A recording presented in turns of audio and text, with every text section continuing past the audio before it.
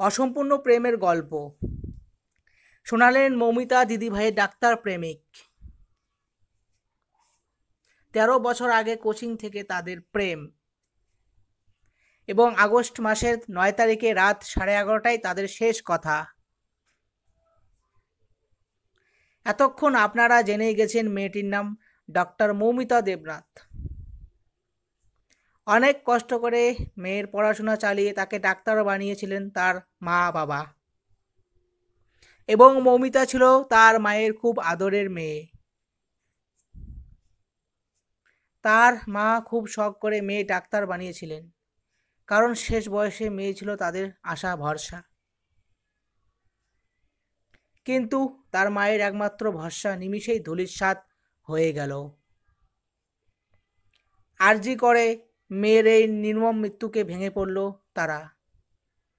এটা তো ছিল তা মা বাবার কষ্ট, কিন্তু 1 নয় 2 নয়, সে দীর্ঘ 13 বছর ধরে একটি মেয়েকে পাগলের মতো ভালোবেসে গেল। তার বুকে আজ পাহাড় ভেঙে পড়েছে। বিয়ের ফাইনাল ডেট নির্ধারণ করার কথাবার্তা চলছিল দুই পরিবারের মধ্যে, আর সামনে নভেম্বর পিঁড়িতে বসার কথা ছিল তাদের। কিন্তু পূর্ণতা পেল না 13 বছরের প্রেম। মৌমিতা মা জানিয়েছেন নভেম্বর মাসে মেয়ের বিয়ে হওয়ার কথা ছিল। যাকে বউয়ের সাজে দেখার জন্য দিনগণ ছিলেন, তাকে আজ শেষ পাহনে দেখে সেই মুখ এখনো ভুলতে পারছে না মৌমিতাদি ভাইয়ের সেই ডক্টর প্রেমিক। প্রায় 13 বছর আগে দমদমের একটি প্রাইভেট কোচিং সেন্টারে তাদের প্রথম দেখা হয়েছিল। উচ্চ মাধ্যমিক পাশ করে মেডিকেল জয়েন্ট বসেছিল দুজনে, আর সেই সূত্রে এই কোচিং সেন্টারে যাওয়া, সেই থেকে তাদের প্রেম শুরু হয়েছিল। পানিহাটিতে মৌমিতা ডি ভাইয়ের এবং ব্যারাকপুর পলতার বাসিন্দা মৌমিতা দি ভাইয়ের প্রেমিক।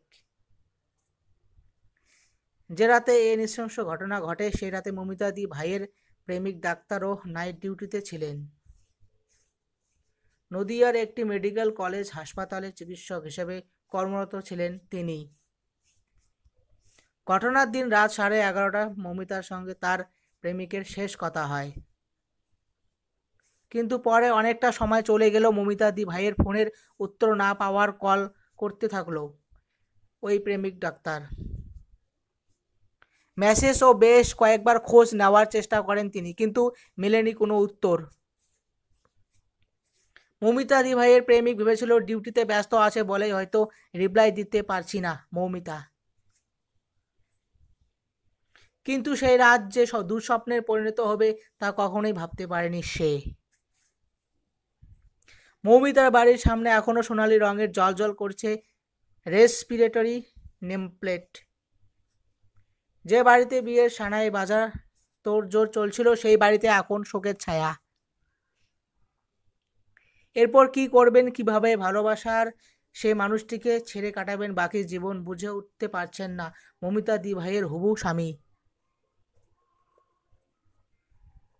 যারা এই কাণ্ড ঘটালো তাদের কঠিন থেকে কঠিনতম শাস্তি হোক, দাবি মৃত্যুর শোকাহত প্রেমিকের। এবং আমরাও চাই যাতে সঠিক খুনিকে পাকড়াও করে তাদের কঠোর থেকে কঠোরতম শাস্তি দেওয়া হোক।